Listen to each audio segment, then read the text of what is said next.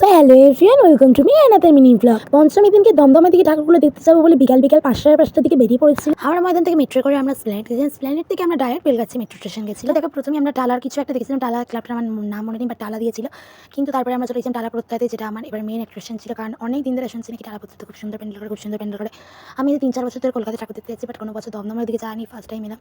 But সত্যি হ্যাঁ, টালা প্রত্যয়ের সত্যি প্যান্ডেলটা সুন্দর করেছিল, আর প্রতিমাটা আমার খুব ভালো। আর পুজোর সময় যে এই বছর মারাত্মক গরম পড়েছিল, সেটা তো সবাই বুঝে গেছে। পঞ্চমী থেকে সপ্তমী অষ্টমী কি অবস্থা, সন্ধ্যাবেলা দিনের আলো নেই, তাও কি বিশাল পরিমাণে গরম, ছেলের মধ্যে শ্বাস আটকে যাবে এরকম। যেটাই বলুক, আমার কিন্তু পার্সোনালি ভালো লেগেছে, যেটা ওরা প্যান্ডেলের থিমের মাধ্যমে বোঝাতে চেয়েছিল সেটা বুঝতে পেরেছি। আশা করি যাদের বোঝার মতন বুদ্ধি আছে, আর যাদের বোঝার মতন বুদ্ধি নেই তারা তো এইসব জিনিস নিয়ে রোস্ট করবে, ফিল তুলবে, এটা তাদের ব্যক্তিগত ব্যাপার। কিন্তু আমার তো ভালো লেগেছে প্যান্ডেলটা। মোট কথা যেটা আমার সব থেকে বেশি ভালো লেগেছে সেটা হচ্ছে এখানে প্যান্ডেলের মধ্যে ধ্রুব সত্যি কথা লিখে দিয়েছিল যে মানুষই একমাত্র জীব যে নিজের খাদ্যে বিষ মেশায়। কথাটা কি যে সত্য, কি যে ফসল উৎপাদন যাতে বেশি পরিমাণে করা যায়, মানে আজকে দিনে দাঁড়িয়ে যাতে একটা ফসল তৈরি হতে যে সময়টা লাগে প্রাকৃতিকভাবে, সেই সময়টার আগে সেই ফসলটা যাতে কীটনাশক মিশিয়ে উৎপাদন করে আবার নতুন করে ফসল চাষ করা যায়, আবার যাতে যাতে এই প্রসেসটা কন্টিনিউ হতে থাকে।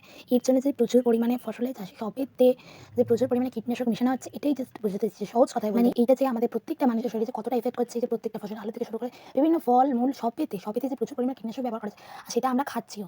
ইভেন যারা চাষ করছে তারাও তো খাচ্ছে, সেটা তারাও জানে যে খাবারে কিন্তু বিষ নিয়ে, মানে বিষের মতো নিচ্ছে, যেটা আমাদের শরীরে ক্ষতি করছে। যার কারণে এখনকার দিনে প্রচুর পরিমাণে মানুষের শরীরে ক্ষতি হচ্ছে। আগের দিনের মানুষদের মতো আমরা খাঁটি খাবারটা পাচ্ছি না। কিন্তু দুনিয়ায় পশু পাখি থেকে শুরু করে যত সমস্ত জীব আছে, একমাত্র মানুষ বাদে কেউ কিন্তু চায় না যে তার খাবার কোনো রকমের কোনো উল্টোপাল্টা জিনিস করুক, তার খাবারটা ক্ষতি হোক, তার নিজের ক্ষতি হোক। সেটা আমরা আশেপাশ করলে বিভিন্ন সময় আমরা উদাহরণ পাই। এই কারণে বোধহয় এই লাইনটা বলেছে যে মানুষই একমাত্র জীব যে নিজের খাবারই দিচ্ছে। পুরো প্যান্ডেলটা করে প্যান্ডেলের যে ভিডিওগ্রাফি বা লাইভ যেটা ফাংশনটা হচ্ছিল, ওগুলো দেখে আমি এটাই বুঝেছি। তোমাদের কাছে আমি আমার মতন করে এক্সপ্লেন করলাম। এবার আমার কথা বুঝতে থাকতে পারি, সেটা নিজের মাফ করে দিও। নিজেরা যদি আর কিছু বুঝে থাকো, যারা এই প্যান্ডেলটা দেখেছো বা দেখেছো, অবশ্যই কমেন্ট করে জানাবে। আমি কোনো বছর শ্রীভূমিতে আসি না, কারণ প্রচন্ড ভিড় হয় শুনেছি, মারামারি চাপাচাপি, মানে প্রদবিষ্ট হয়ে যাওয়ার মতন অবস্থা। এই জন্য এই বছর আমি আসছিনি। বাট তাও কেন জানি দমদমে দিয়ে ঠাকুরগুলো দেখা যাচ্ছে, তখন বললাম যাই শ্রীভূমিতে দেখে আসি। শ্রীভূমিতে শুনলাম এবছর নাকি আমেরিকান নিউ জার্সিতে যে বহু পুরনো ইন্ডিয়ান একটা মন্দির আছে, ওই মন্দিরটা নাকি এখানে থিমেতে করেছে। তো ভাবলাম ওটা তো ফোনেতে এমনি কোনো ভিডিওর মাধ্যমে বা ছবির মাধ্যমে তো দেখি, তাহলে সামনে থেকে এরা কিরকম বাস দিয়ে থিম করেছে সেটা একবার কি দেখে আসি। তো এখানে আমার বাপিকে একটা ভিডিও করতে দিয়েছিলাম, বলেছেন যে আমি একটু হেঁটে যাচ্ছি, একটু ভিডিও করে দাও। আরে বাবা, ব্লগ করে একটু ভিডিও দিতে হবে। কিন্তু আমার বাবা যা সুন্দর ভিডিওটা করে দিয়েছে, ক্যামেরা পুরো হেলে চলে গেছে। তো আমি তখন পরে চেক করছি, ও মাই গড, আমি তো নিজেই সব। তারপর শ্রীভূমিতে পৌঁছে কি দেখি একদমই লাইন বা ভিড় সেরকম কিছু নেই। ভিড় আছে, গ্যাদারিং আছে, মানে লোক দেখতে বেরিয়ে যাচ্ছে, এরকম ভিড় আছে। এটা হতে পারে সেদিনকে পঞ্চমী ছিল, তারপর আমরা 11টার দিকে গেছিলাম, এই জন্য তো ফাঁকা পেয়েছি।